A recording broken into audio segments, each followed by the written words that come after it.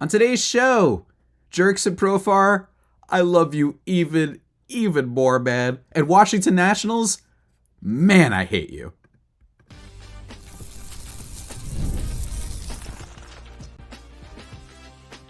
You are Locked On Padres, your daily San Diego Padres podcast. Part of the Locked On Podcast Network, your team every day. Greetings, ladies and gentlemen, and welcome to another edition of Locked On Padres podcast, which is part of the Locked On Podcast Network, your team every day for Wednesday, June 26th. As always, I'm your host with sometimes occasionally, but certainly not always the most, Javier Reyes. You might be feeling my baseball written work over at Just Baseball. Also, I do a podcast for them called Baseball versus the World, which you can check out. And you could just check out me on Twitter at Javipeno, Javiipeno, if you like my Padres updates and occasional tweets about pop culture. Today's show, guys, is brought to you by Tax Network USA. Did you know that it's never too late to resolve your tax issues with the IRS? Don't wait. Reduce your tax debt and get help from a team of licensed professionals. Call 1-800-549-1000 or visit tnusa.com/locked on. And folks, I mean, how many, I really feel like it's become a cliche on this podcast. This has been regurgitated almost too much.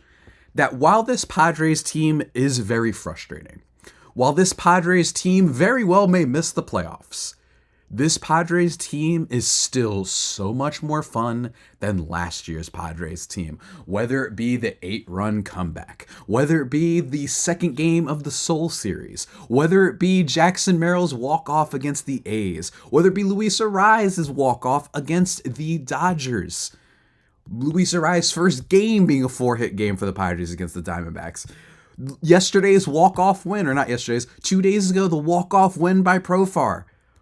And then yesterday, a game of intensity, of some heated, what tension between both teams, some beef, and the Padres came out on top. And look, I have so much to say. I have so much today, and today we're going to try and be as little by the numbers as possible. We are celebrating today. So everybody, it may be early, but I want you to take out your beverage of choice. Maybe it's just a coffee, energy drink. I want you to sit there. I want you to relish with me last night's victory. And I know that the Padres are finally 2 games off of 500. That's cool. That's great. 43-41 on the season. Got one more against the Nationals, and it's a little bit of an early game at 4:10 p.m. Eastern time today. So that's kind of cool. But all in all, I want to celebrate.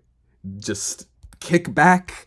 If you got one of those recliner seats, that they have like the little extra leg room or whatever that pops up, whatever it is, because last night was why we love baseball. And I was talking about Jurickson Profar on Monday, and I made the whole sports night anecdote. I hope you guys enjoyed that. It was a little bit long-winded, but even still, yesterday, somewhat as predicted, not by me, but by everybody else, is that the Nationals were upset because the Washington Nationals are Whiner babies.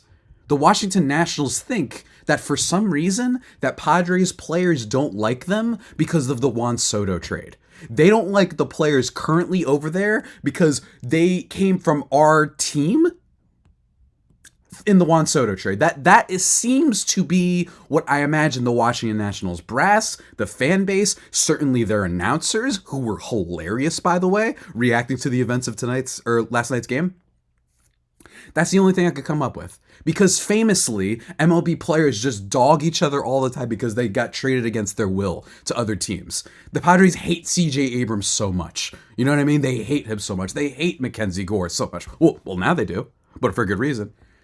That's what it is, definitely. So keep telling yourselves that and keep trying to excuse the fact that this is the only sport where fundamentally other sports have disrespectful celebrations and people push back. It's the only sport where 24 hours can pass by and you'll still be upset and hit a guy when you're 90 feet away. 90 feet away. You're completely safe. There is nothing bold. There is nothing tough tough about pitchers doing that. It is so easy. I could do that too. It's similar to when guys are in the NBA, for example, are going for the layup, they go into the air, and they get shoved while in the air. That's not hard to do. You could push anybody that size as long as they're in the air. It's weak. And that's what the Washington Nationals are. They are a weak team. Mentally, systemically, whatever it is, they are weak. Because they got annoyed that Jurickson Profar, who has insisted over and over that he was celebrating his walk-off by, with the fans, getting pumped by the crowd, talking to them, all that stuff after the walk-off. And by the way, even if he wasn't, get over it. Get over it. Grow up. Stop being babies. These are the same people that will tell you to just work hard and whatnot. These are the same people that will call everybody else and all of us snowflakes. Meanwhile, if someone celebrates in a way that you don't like because they succeeded after you intentionally said, I would rather face you than Luis Arraez. That is what happened in Monday's game. They said, we would rather face the guy with a 160 WRC plus, who is third in Major League Baseball in on-base percentage, who has been a revelation this year, and is going to be the starting left fielder in the MLB All-Star game. They said, let's face him instead. And you're mad that he was like, yes, that's what you get. Don't mess with me. I win. That's why you're mad right now. So what happens yesterday? They start off immediately. First of all, you just get an out from Luis Arraez. Okay, fine. That's going to be forgotten. He just pops out immediately to start. And then what happens is Jurickson Profar gets up to the plate, and it looks like some words were exchanged, and then Keibert Ruiz puts his hands on Jurickson Profar in a quote after the game, by the way, that I thought was funny. Jurickson Profar said Keibert Ruiz and some other Nats players weren't happy about Monday's celebration. This is coming from Dennis Lin of The Athletic, which Profar insists was directed at the fans. Profar, meanwhile, wasn't happy that Ruiz put a hand on his shoulder. You can talk, but you can't touch. Banger quote from Jurickson Profar. But at the same time, I'm in a situation that I got to be smart, and I don't want to get suspended or thrown out of the game. It wouldn't be good for my team. We lost Fernando, so I can't get thrown out. So I just have to take that and respond the way I responded. Reminds me a little bit of a opposite version of a couple years ago when Tatis was arguing over strike calls and Manny was mad that you were pushing it and you might get ejected and we need you in order to win. You're being selfish. Kind of reminds me of Profar's doing the opposite here. So shouts to him. And also, first, I can't. Just you can talk, but you can't touch is very funny. So Profar takes exception to that. Manny steps in big time. And this is why, fundamentally, you've got to be careful with assuming we know what the locker room presences are. I do still agree that Manny Machado's quote in The Athletic or the San Diego Union Tribune piece about this isn't college, I shouldn't have to look after people. I still do agree that was a little bit of a bad quote to be said, and maybe Manny Machado isn't the best locker room leader in the world, but he certainly stuck up for his guy there. You saw him immediately get between the two, benches clear. Shouts, by the way, to Ha-Seong Kim and CJ Abrams. Someone posted a video of the two of them do a little joke around or whatever, so that was adorable. Those two are cool. So again, Nationals fans, I don't know what you're talking about. According to you, Ha-Seong Kim should hate CJ Abrams so much. Should hate him. How dare you get traded for Juan Soto? How dare you? We hate you now. Okay, definitely. If anything, it'd be the fans that hate the Nationals. The Padres fans don't hate the Nationals fans. They hate AJ Preller for the trade not going their way. You know, you don't know Padres fans. They're mad at AJ Preller's trade and us not keeping Juan Soto. That has nothing to do with y'all. Y'all were like, yeah, you paid for. Now I have a beef with their GM for giving away Trey Turner and Max Scherzer to the Dodgers for nothing, but that's separate. That's just a me thing. Anyway, so Manny Machado gets in between the two, and then what happens next? The very first pitch, by the way, warnings issued to both sides immediately after that. I don't personally agree with that necessarily, 100%, just because it's a little bit weird to start off the game that way. I think that you can kind of just let him play, but, after what happened last night, you don't want things to escalate. Then what happens? Mackenzie Gore, the very first pitch, hits Jurickson Profar. Potentially, not intentional, only because he didn't. Usually when you're throwing at guys intentionally, you're hitting them directly, kind of on the back or something like that. But here's my thing. They issued warnings. So if he's going to hit Jurickson Profar, it's got to be a lot more clever. You know what I mean? So maybe he did do it intentionally. But regardless, nobody gets ejected. No one on the Nationals. All right, you don't want to eject the starting pitcher of the other team, who's, by the way, been very good this year, Mackenzie Gore. Fine. Okay, that's fine. No one on the Nationals, no pitching coach, no manager of the other team. No, you let that slide, and instead Mike Shildt is the only one ejected. Are you kidding me? Are you kidding me? That is a joke. You issue warnings to both sides. They hit our guy, so you eject our manager for being upset about it. Nationals fans, Nationals media, we hate you now. And you know what I love? It's a one-sided hate. You know what I mean? Because we won. And we're going to talk about the beauty of everything that happened next, including a little bit of recaps of some performances last night. Don't worry, guys. I'm fired up this morning. Let me tell you, I'm fired up. And I'm also fired up to tell you about the good folks over at eBay Motors. We love eBay Motors. We've been doing, we've been shouting them out for a long time. Patience, drive, and maintenance. The formula for winning champions is also what keeps your ride or die alive. eBay Motors has everything you need to maintain your vehicle and level it up to peak performance. Superchargers, LED lights, roof racks, new carpet, whatever. They have it. Whether you're into speed, power, or style, eBay Motor has it, man. They have you covered with over 122 million parts for your number one vehicle. You'll always find exactly what you're looking for. And with eBay's guaranteed fit, your part is guaranteed to fit your ride every time or your money back. It's really great. So if you don't know cars, like you can just go on the website and they have like these check marks and stuff that'll tell you whether the exhaust kit, LED, roof XLR, tire, wheel, steel, adamantium thing, whatever it is, that it actually fits your car. So don't worry about that or your money back. With all the parts you need at the prices you want, it's easy to make your car the MVP and bring home some easy and lovely huge wins. Because with eBay Motors, you're burning rubber, not cash. Keep your ride or die alive at ebaymotors.com. Eligible items only. Exclusions do apply. eBay guaranteed fit only available to U.S. customers. And one more thing. That's a deep cut reference. I want to talk to you about the lovely folks over at an app that probably everybody has used before, LinkedIn. You know LinkedIn. LinkedIn Sales Navigator specifically, though. It is a sales intelligence platform that helps professionals effectively prospect and engage high-value customers, drive higher revenue, and increase sales performance. Sales Navigator helps you target the right buyers, surface key signals such as jobs in which accounts you should prioritize, and shows you hidden allies so you can't find those buyers that are most likely to convert. Fueled by LinkedIn's 1 billion member platform, Sales Navigator gives you the most up-to-date first-party data, enabling you to unlock conversations with the people that matter. And it's great. I mean, LinkedIn. You're updating LinkedIn pages all the time. 1 billion is crazy, by the way. 1 billion people. It's a lot of people. So shouts to LinkedIn. They've got you covered. And what I love is they've got a nice, juicy offer just for you. Right now, you can try LinkedIn Sales Navigator and get a 60-day free trial at linkedin.com/lockedon. At the end of those 60 days, the Nationals fan base will probably still be crying. That's how long, it's going to be a long time. It's going to be a long time, nearly 2 months. They'll still probably be crying over this, but don't worry. Don't worry, folks. It's worth it. Let LinkedIn Sales Navigator help you sell like a superstar today. Just go to linkedin.com/lockedon and get started. Go check it out.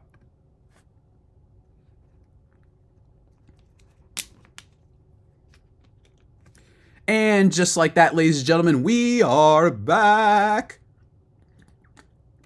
here on the Locked On Padres podcast. Oh boy. Let's continue. Let's continue this chronicling of legendariness last night. After Jurickson Profar gets hit, for the record, he also, in that quote mentioning how he's like, I can't get tossed, he runs to first base immediately. I think he knew. He's like, I can't let this get out of control. You know what I mean? Because I might get ejected, and this might be rough as I knock over Tatis. My apologies. I spilled a little bit of water, so I had to clean it because I just couldn't sit there and see water. Just chilling on my thing. Anyway, he walks to first base, and what I love is then immediately Manny Machado hits an absolute firecracker into left field, home run. The call by Don Orsillo was legendary. The call by the Nationals announcers who are like, yeah, and look at this. This is big for them. I love when people do that. I love when people do this is your World Series. This is your thing. As if you're not allowed to be excited in the moment. It's actually bad. This coming from a team, by the way, that only won in 2019. It's like, oh yeah, we run. It's like all of a sudden we run everything. You know what I mean? It's like you guys are probably the same way, and that's great. That's beautiful. I saw you guys freaking out when Steven Strasburg made his debut. That's awesome. It's lovely. But according to you, I should make fun of you for being excited about that. But anyway, Nationals broadcasters were unbelievably soft. And you could just tell that they were salty too. Manny Machado hitting the home run. I recommend going to look up all the replays on that. The home plate, how pumped the whole team was. Profar was like, yes, like you did it. You know what I mean? Like you did it for me. I love that this Nationals team has accidentally made the Padres look more amped up and ready to ride for each other than they have in quite a long time. I'd say it appears every now and then. Obviously, I think that the Cubs game was a big one. The Cubs comeback. But all in all, just an amazing moment, and Manny pimped it. And here's the thing. Every now and then, Manny could be, I think, frustrating for other teams. I get that. But what I love is he could be such a little crap. You know what I mean? But in the best way possible. Pimping that home run, hitting his chest. Manny Machado, we talked about yesterday. He's actually, or we talked about Monday, I believe. He's been hitting over 300 for like the last 30 games, slugging a decent amount, walking a decent amount, and you just saw it last night. Low-key, Manny Machado might be back. I want to give it a little bit more time because there's still like some things like his hard hit rate, his lack of walks, a little bit of a whiff rate that have been a little bit concerning, but for the most part, he has been excellent lately, and I'm really optimistic that he might be back. I really am. I'm optimistic that Manny Machado might be back, at least to what we got, maybe not in 2022, but maybe what we got in 2021. You know what I mean? Just like a solid season. I think he was like a 4-win player that year. Maybe that's what they can get from him. That would be great. But he hits the home run in this game, and we still get, like, it's a close game. This is like a fiery, like, game. This is not a blowout the way that it felt like some other games have been. After this, following the home run, unfortunately, Adam Mazur struggled yet again for the Padres in this one. And here's the thing. It's basically the same thing I said about him last time. He did get option, and of course, because Yu Darvish had to, stay on the IL with inflammation, unfortunately, they had to bring in Mazur again. And he wasn't very good in this game. He kind of gives back the lead immediately. 5 innings, 4 earned runs, 1 walk, 4 earned runs on 6 hits, 1 walk, 0 strikeouts. So once again, he has not had a start where he's had more strikeouts than walks. The best he's had was Milwaukee when he walked 3 and struck out 3. The way I see it is very simple. 14 swings on his fastball yesterday, 0 whiffs. The fastball is bad. The fastball is really bad. It's just not working right now. He needs to get better with his changeup and his curveball. He needs to be able to get something out of those pitches, or else this could be like this is just, they're not the same pitcher, but just to give a good comp to what the problem is, similar to Chris Paddock, where yes, the slider is pretty good. The slider is graded as one of his best pitches. But the problem is that they can just wait on it, and they're just ready to wait on the fastball, and they're absolutely killing it. So that's kind of what happened to Chris Paddock. His changeup was one of the best in the league, but then guys were just waiting on his fastball, and it just wasn't very good, and he doesn't have the same control. So this has been really rough for Adam Mazur. He needs to get better with some secondary pitches, or he needs to buff that fastball at least just a little bit, maybe have more spin rate on it. I'm not totally sure, but they need to make that better because he was bad in this game. Like I said, I believe according to Stuff Plus, his fastball has a 79 grade, which is quite bad. And his slider is like a super plus, like 113 or whatever type of pitch. But when it comes to this, not great. And it was a really rough third inning. Jacob Young gets a single. Lane Thomas gets a triple. Lane Thomas and then Jesse Winker homers to make it 4-2. But of course, the Padres did not go quietly into the night. Jake Cronenworth gets a single, allowing Luis Arraez to score, who, by the way, gets a triple in this game. And it was really fun and exciting. Luis Arraez, I really do think, we'll talk about him at the end of this podcast because he has a little bit of a moment later on. Then Donovan Solano gets a single. Again, right after I was saying that Donovan Solano had been slowing down, he's all the way back. By the way, there's a great story about how he meant to call his agent, I believe it was. I think this is in the San Diego Union Tribune. A great story about how he meant to call his agent, but he ended up calling the Padres like assistant hitting coach, I believe, who had the same first name as his agent. And then that's kind of how the ball got rolling with the Padres, which is an amazing, amazing story. He's great in this game, getting a single, allowing Jake Cronenworth and Manny Machado to score. All in all, he gets 2 hits on the night, 2 RBIs. And then, bottom of the 6th inning, the little bottom of the lineup that could, folks. First of all, Ha-Seong Kim, infield single. Then Bryce Johnson singles. Or I'm sorry, Kyle Higashioka gets a single. Bryce Johnson gets a single.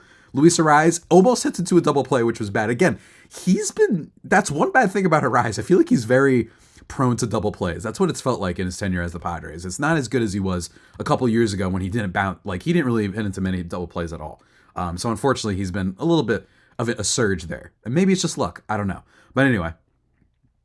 And then Jurickson Profar, grand slam on a 2-0 pitch. An amazing call by Don Orsillo, too. Profar gets his revenge. He is unbelievable. One hit only in this game, but it is the grand slam. You love to see it. Hey, he currently leads all National League outfielders at All-Star voting, and he should. He has been the best outfielder in the National League this year. I mean, it really is beautiful. This is why sports are beautiful, because no one would have projected this. No one would have projected Jurickson Profar to be a 2-win player. You know what I mean? Most people would. I was one of those people who was like, I think he could return to what he was the last time he was with the Padres, but this has just been amazing. I talked about on Monday, that sports night thing, about how a guy who's falling out of love with sports gets shown a great story that makes him forget about it in a while. It reminds us why we love this. Jurickson Profar is why we love sports, folks. It is just amazing stuff. And for the record, the Padres offense against Mackenzie Gore, 3.49 ERA heading into this. He'd been really kicking up lately. 10 strikeouts in his previous, or 7 strikeouts in his last start, 10 before, 7 before that. He's been really solid. He's one of the better lefties in the National League right now. And the Padres, as we all know, have been really bad against lefties. So just from a team perspective, I know we're not talking too much about stats and getting into the nitty gritty, but just in a vacuum, great performance from the Padres offense. They really needed that. Could it be a sign of things to come? Maybe they're going to start regressing to the mean when it comes to their ability to hit lefties. I hope so, especially because it was against a good one and a former Padre who did not get revenge against us, obviously. But still, really great performance from them. But we are not done, folks. We still got to talk about a couple more things in this one. And just celebrate a little bit longer. Just a little bit more celebration. You know what I mean? That's what we're doing on today's episode. But first, I want to talk to you about the good folks over at a very special company, folks. Here's the thing. Locked On Padres, we get you all the news, all the trade deadline rumors, the free agency rumors, the big plays, the recaps, all year round. I can't speak. Jurickson Profar is so good, I can't even speak anymore. It's crazy, right, guys? Yeah, it's pretty crazy. You know what else is year-round? Tax season, folks. It's rough, but don't worry. Just because tax season is over doesn't mean the IRS will stop coming after you with your unfiled taxes. Don't worry, because Tax Network USA can help you out. The IRS can garnish your wages, levy your bank accounts, and even seize your property. Don't let them target you. Licensed tax experts at Tax Network USA go to bat for you. They've saved their clients over $1 billion in tax debt, whether you have just taxes that you owe, you have complicated matters that require tax planning, or finally that parlay hit this season. You need to figure out how to help correctly filing it. Call 1-800-549-1000 or visit taxnetworkusa.com, tnusa.com/lockedon. See the link in this episode description to learn more. And that's not it, everybody. We also got to talk about the great folks over at PrizePicks. We love them very much. PrizePicks is America's #1 daily fantasy sports app with over 5 million active members. PrizePicks is the easiest and most exciting way to play daily fantasy sports. Unlike other apps on PrizePicks, it's just you against the numbers, man. It's just you against the numbers, man. That's all you got to do. You pick more or less on 2 to 6 player stat projections. So you could do something. You could say Profar over total bases tomorrow, and then you could say Darvish over strikeouts, or who's the scheduled starter? Let me see here. You could say, it's Dylan Cease. You can say over strikeouts on Profar. You can say over strikeouts on Dylan Cease. You can say walks by Nationals batters. You could use a specific one. You could go CJ Abrams stolen bases, all that sort of stuff, and all of them go together, and you just got to get more or less on the stat projection. That's all you got to do. It's fantastic. We love PrizePicks very much. You can win up to 1,000 bajillion times your money. 100 times your money, specifically on PrizePicks, with as little as 4 correct picks. You could turn 10 into 1K, folks. Isn't that great? We love that. And if you're looking for promotions, PrizePicks has got you covered every week from lowering select player stat projections on Tuesday, so put that in your notes to help your lineup hit, or getting your entry fees back if you have a losing lineup on Friday. So in a couple days, you can get your losing lineups back. Go check that out. Obviously, a lot of baseball stuff. WNBA stuff with stars like Caitlin Clark and Angel Reese, and also Asia Wilson and Brianna Stewart. They're balling out. The Commissioners couples last night. There's no game today, but don't worry, all season long they got you covered, folks, with all these sort of different promos, too. We haven't even talked about that. They've got promos up the wazoo, man. They got everything. Who says that anymore? Up the wazoo. Well, whatever. I'm saying it right now, and I'm saying right now, you should check out PrizePicks. Download the app today and use code LOCKEDONMLB for a first deposit match up to $100. That's code LOCKEDONMLB on PrizePicks for a deposit match up to $100. Pick more, pick less. It's that easy with PrizePicks.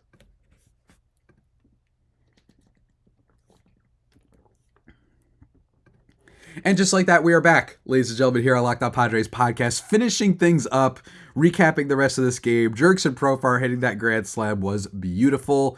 I cannot believe how good he's been this year, man. It warms my heart. It really does. This team has had some immaculate vibes, at least on the offense. The pitching's rough, and we're going to talk about pitching in just 1 second. But it's just been an immaculate team. It really has been. It's been a team that you just really, really love to watch when they're going right. And again, shouts to my Australian homie. I know you're listening. It's amazing that even though this team has been frustrating, there's still so much more fun to watch this year than last year. But I'll tell you one thing that hasn't been fun to watch, and that's Stephen Kolek. In this game, giving up 2 runs. They weren't earned because of an error, I understand, but even still, Stephen Kolek, it really stinks that he's the fine print guy on this Padres team. Now, I understand that they weren't earned, but walks a batter, he's still got a 5 ERA. So while you've had guys like Wandy Peralta, Enel De Los Santos, Yuki Matsui has struggled a lot, as we've talked about, the fact that Kolek is still on this team is just super frustrating as a Rule 5 guy. They can't really option him. I forgot exactly what it is. Someone someone actually left a comment on my channel explaining it. We'll look that up real quick. If San Diego was, Justin Lamas from a while ago. This is 3 weeks ago. And that's the entire point. If San Diego was a rebuilding team, they could justify keeping him on the active roster the entire season, because after the season, he would lose Rule 5 status, and then San Diego would be able to option him up and down between the minors, no problem. However, San Diego are in the middle of a wild card race, and Kolek's lack of production is not worth saving the active roster spot. I agree. Blah, blah, blah. His role of mop-up guy can easily be replaced with a guy who has minor league options. So basically, if San Diego were to DFA him and then he clears waivers and Seattle refuses to take him back, then San Diego could send him down to the minors without him occupying a 40-man roster spot. If they transfer Bogarts or blah, blah, blah. So basically, I don't know. I just like that explanation. I think it's better than what I could offer. But yeah, basically, as a Rule 5 guy, they can't really option him yet. And I think it's just a crummy thing. It stinks. And I know that there was an error. I understand that. I understand that the runs weren't earned. But even still, it just feels like this guy is being brought in situations where we just can't trust him. And yes, the Padres are up by a little bit at this point. They're up by 4, I think it is at this point. But that's not be all and end all. I cannot believe that they're still in this position where they have to play this guy. And it's really, really rough. But hey, whatever. In this game, we can't blame him entirely, I guess. Jeremiah Estrada comes in. He lets up a couple hits. Not his fault, or just one hit. Not his fault. The runs, again, getting charged to Stephen Kolek, although they weren't earned. But still, Jeremiah Estrada, just not as lights out as he was to start. I'm hoping that he turns it around, but I am really getting concerned. Robert Suarez, he comes in, 1 run as well, but it wasn't earned. Padres really need to clean up their defense. This has been a team that, one of the things that was exciting about them heading into this year was that they should have a good defensive team. But unfortunately, they've been extremely this year when it comes to defense. And it's weird because it's actually funny that Jake Cronenworth might be the highest graded defender on this Padres team. I don't have the numbers necessarily in front of me in that regard, but it really does feel like this has been Jurickson Profar is the only defensive player that has been a super plus, right? And then Jackson Merrill would probably be the other one, and then Ha-Seong Kim. So what am I saying? I'm being a little bit mean, but in general, defense has been a little bit sloppy this year, and that's not great. That's not what you like to see. According to outs above average, the Padres are, let me just find it really quick. So they are 22nd in Major League Baseball. By the way, they were like top 3 last year. If you want to go by defensive runs saved, they are slightly better. No, they are actually. They are -10 on the season, 23rd in baseball. So that says a lot.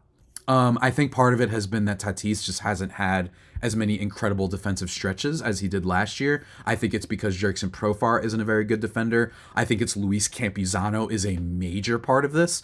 And then you've got guys like Luis Arraez also who haven't been very good, which, by the way, moving on to that, in the top of the 9th inning, Robert Suarez relieves Jeremiah Estrada, gets a strikeout, a flyout, and then Jacob Young to end the game. Ha-Seong Kim makes an incredible ranged throw. He gets to the ball, and then Luis Arraez drops it. It didn't even hit the ground. It wasn't even a scoop play. He drops it at first base. Now to talk about Arraez real quick.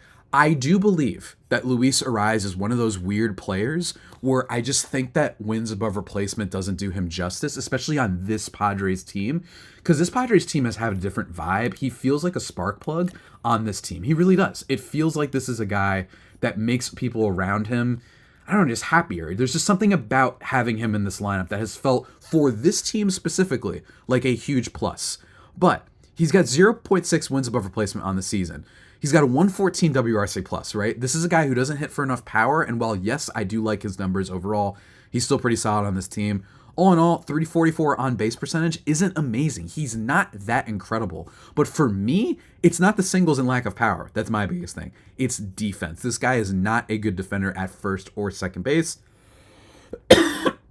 If he was, then you could talk about him being one of the best players in baseball. And I still think that his offense can get a little bit better, but he hasn't been particularly unlucky. I'm just saying 132 WRC plus last year, 131 the year before. He's been in a little bit of a slump lately, but my bigger thing has been this is why you cannot call Luis Arraez a top tier defender, because he's just not good defensively. -2 outs above average this year so far at first base, and -7 outs above average at second base so far this year in the time split that he's had there. So again, not great. Not great for our guy. If he was a good defender, he would be a guy who's going to get paid a lot. You know what I mean? Like, if he was a plus defender, or at least just not a -1 the way he is, he'd be great. But he drops that ball. Inning continues a little bit longer. They get one more run, but it's okay. CJ Abrams gets a single, actually. It's okay, though. Lane Thomas pops up to end the game, even though it was a little bit scary. We're good. We're good. By the way, shouts to CJ Abrams getting picked off twice in this game. The second time that he got picked off, it was like him just not getting back to first after the single, and they kind of caught him sleeping, and he just started like walking back to the Nationals dugout. He was like, yeah, I know. I just thought that was hilarious that he was like, yeah, I got caught. Like, you know what I mean? Like, he wasn't even trying to hide it. I just thought that was so funny. Wow.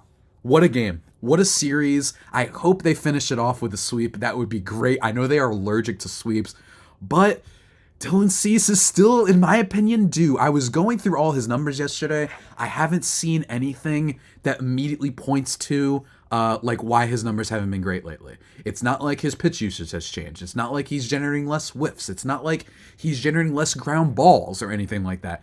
Everything's kind of okay the same. So I think this has been a little bit weird. I do. I think that this has just been a little bit weird. And I'm hoping that he bounces back against DJ Hers, who I'm unfamiliar with. He hasn't pitched all that much for the Nats, but hopefully I could really use a good Dylan Cease start. If Dylan Cease has another bad start against this Nationals team, I think it might be time to start being like, what's going on here? I know his field independent pitching, his FIP is 3.16 and his xFIP is 3.27, but at some point expected stats are a little bit weird. His home run fly ball rate is slightly up at 10.2%. But even still, that's not like egregiously high or anything. So that's my issue. I don't know exactly what's going on here. But hey, I still think Dylan Cease is very good, and he's still our best pitcher.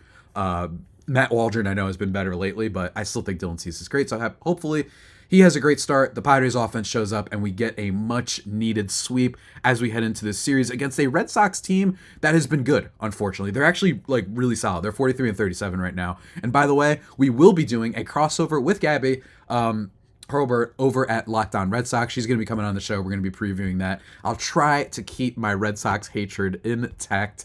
Calm down. You know what I mean? Because we hate Boston here on this podcast. Not as much as the Dodgers, of course, but still. And the Nationals. We hate the Nationals now, too. The Nationals are enemy number one, as far as I'm concerned. Dodgers, you guys do some cool, whatever. You guys have good players that I like, and I actually feel a little bit bad. Like Yamamoto and Mookie Betts both getting hurt. I feel a little bit bad. But, like, forget y'all. Nationals, you are the team that we have beef with right now. So, folks. Hate them. Hate them to the core. I might have to go and travel up to Washington, D.C., whatever they play them next, which I'm going to check right now. I forgot when they play them. It's July 23rd. I might have to go up to D.C. and go watch those games. Seriously. I might have to do it. But anyway, guys, as always, that about does it for today's edition of the Locked On Padres podcast, the only pod that may be better than the Padres themselves. Remember to subscribe to the podcast wherever you get your podcasts from.